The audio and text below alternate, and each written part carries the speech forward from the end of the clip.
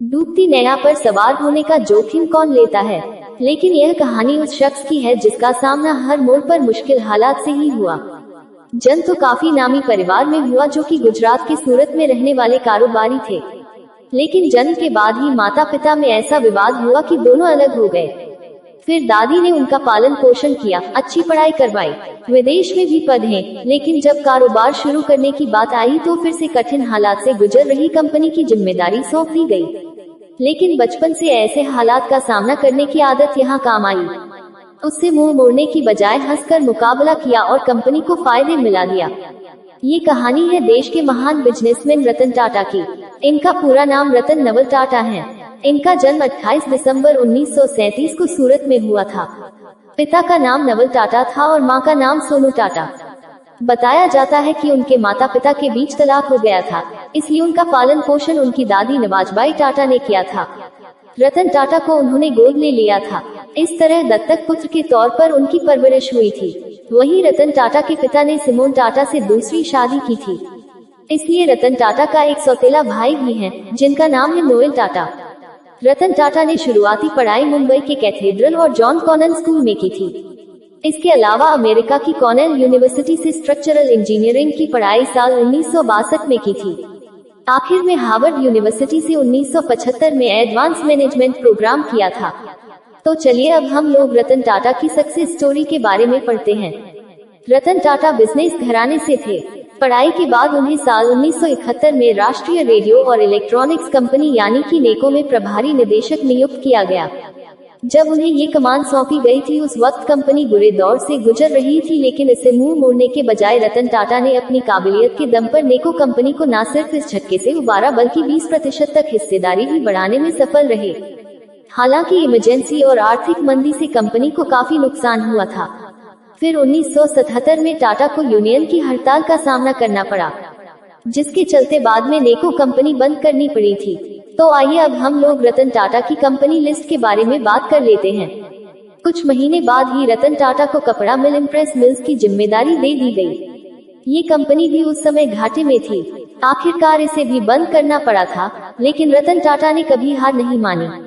कहा जाता है कि रतन टाटा कंपनी बंद नहीं करना चाहते थे, लेकिन मजबूरी में ये फैसला लेना पड़ा। अब भले ही जिन दो कंपनियों की कमान उन्हें दी गई थी, उन्हें बंद करना पड़ा, लेकिन इस बीच रतन टाटा की काबिलियत उनके परिवार को समझ आ गई थी। इतने बुरे हालातों में भी उन्होंने कंपनी को काफी हद तक ऊपर उठाया। उसे देखते हुए JRD टाटा ने साल 1981 में रतन टाटा को टाटा इंडस्ट्रीज के उत्तराधिकारी बनाने की घोषणा कर दी। उस समय तक इनके पास ज्यादा अनुभव नहीं था, इसलिए विरोध भी हुआ, यानी ये भी उनके लिए मुश्किल दौर था। लेकिन रतन टाटा तो वाकई अनमोल रत्न थे।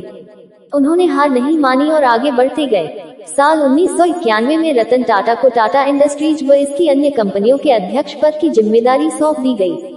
इसके बाद ही टाटा ग्रुप हमेशा आगे बढ़ता गया। इनकी अध्यक्षता में टाटा ग्रुप ने अपने कई बड़े प्रोजेक्ट स्थापित किए और देश ही नहीं बल्कि दुनिया में भी उन्होंने टाटा ग्रुप को नई पहचान दिलाई।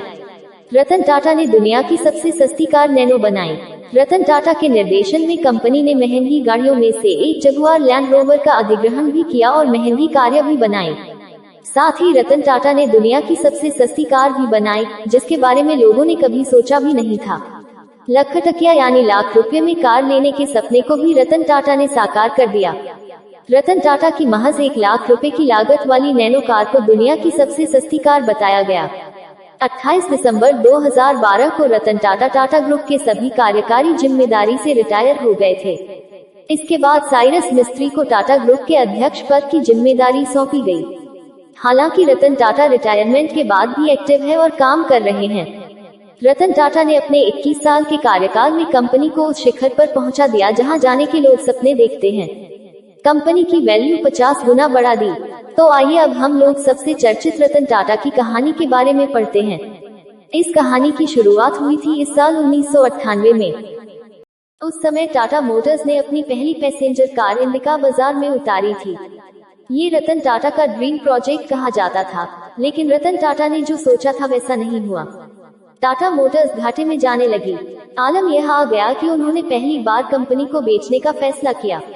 वे कंपनी बेचने के लिए अमेरिका की कंपनी फोर्ड के पास गए। उस समय रतन टाटा और फोर्ड कंपनी के मालिक बिल फोर्ड के बीच घंटों तक मीटिंग हुई। रतन टाटा की हालत को देखकर बिल फोर्ड ने उनके साथ अच्छा व्यवहार नहीं किया।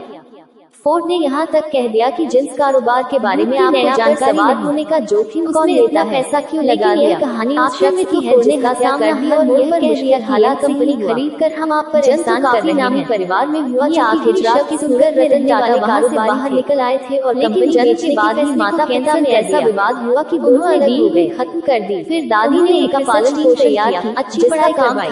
विदेश में क्या चल रहा है, जब कारोबार शुरू करने की बात आई तो फिर से कठिन हालात से टाटा कंपनी की जिम्मेदारी सौंप दी और इसने सफलता की नई बचपन से ऐसे हालात का सामना करने की लगातार आगे बढ़ते रहे और वही फोर्ड कंपनी का की बजाय हंसकर मुकाबला किया और 2008 तक आते फोर्ड कंपनी दिवालिया है देश के महान बिजनेसमैन रतन टाटा की। तो आखिर इनका पूरा नाम टाटा इतने महान। अगर हम टाटा ग्रुप की सभी कंपनियों की मार्केट वैल्यू की बात करें तो एक अनुमान के हिसाब से